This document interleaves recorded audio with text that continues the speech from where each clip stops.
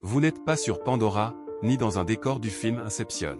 Ce que vous voyez est bien réel, et c'est le début d'un voyage qui va vous prouver que les plus incroyables mondes de fiction existent, ici, sur notre propre planète.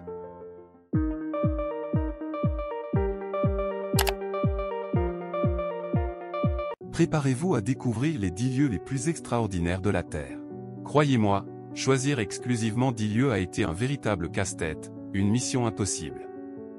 Parce que sur notre planète, les merveilles sont si nombreuses qu'un voyage ne suffirait jamais à en faire le tour. Oubliez tout ce que vous pensiez connaître, car la nature a toujours une longueur d'avance sur l'imagination. Préparez-vous à découvrir des paysages si improbables qu'ils pourraient être des décors de cinéma. Des lieux qui nous rappellent qu'il n'y a pas besoin d'aller dans l'espace pour être émerveillé. Place à la découverte, le voyage commence maintenant. C'est l'illusion de la cascade sous-marine à l'ouest de Le Morne, en Mauritanie.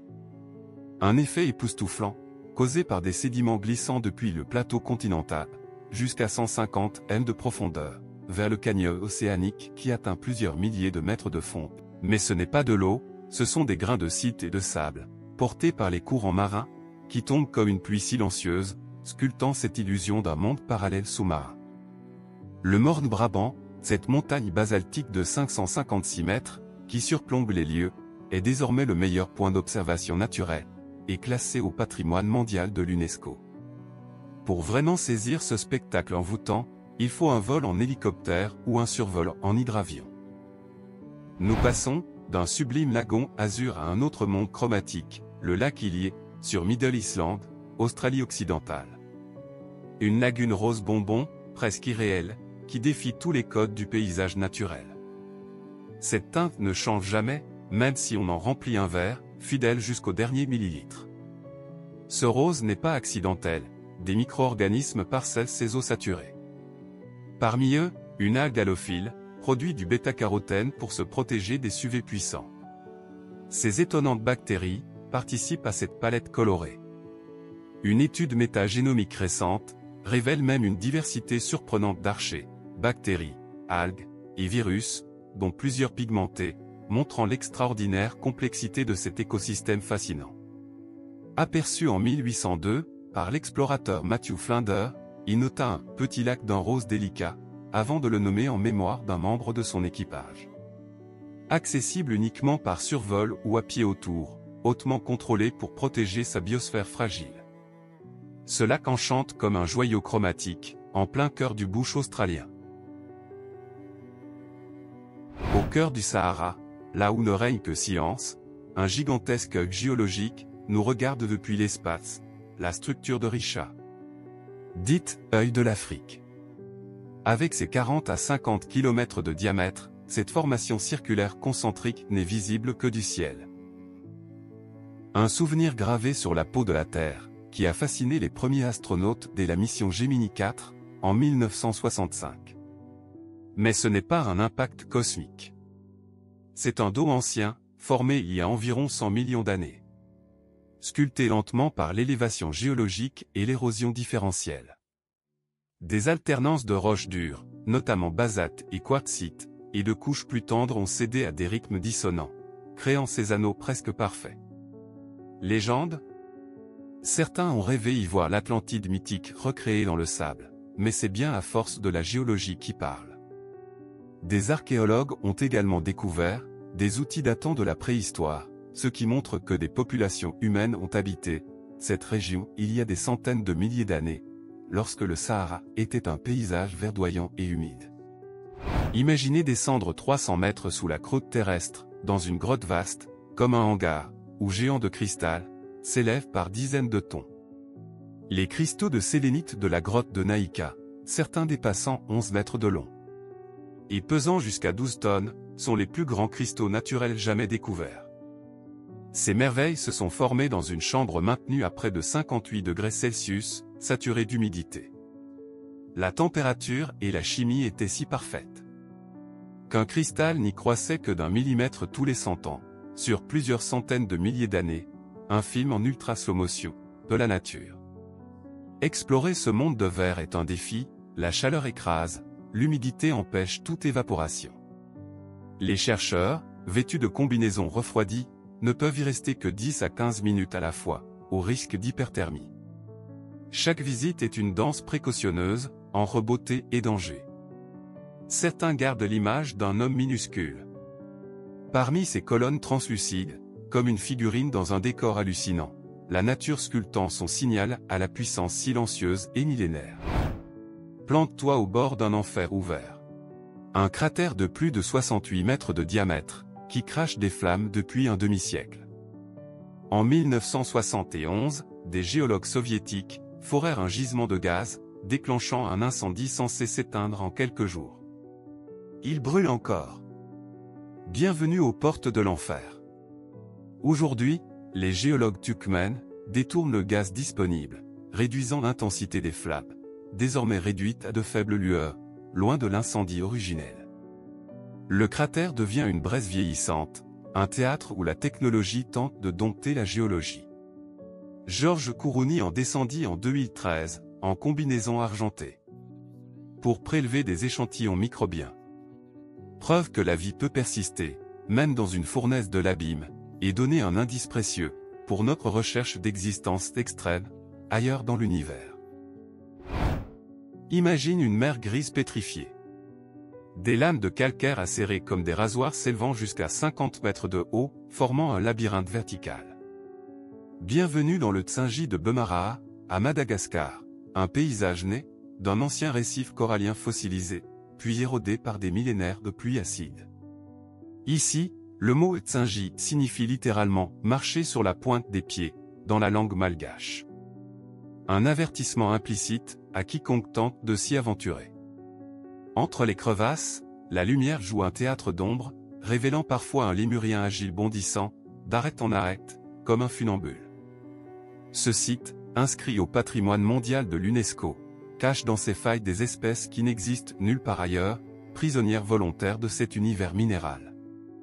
L'endroit est si escarpé que certaines zones n'ont jamais été explorées.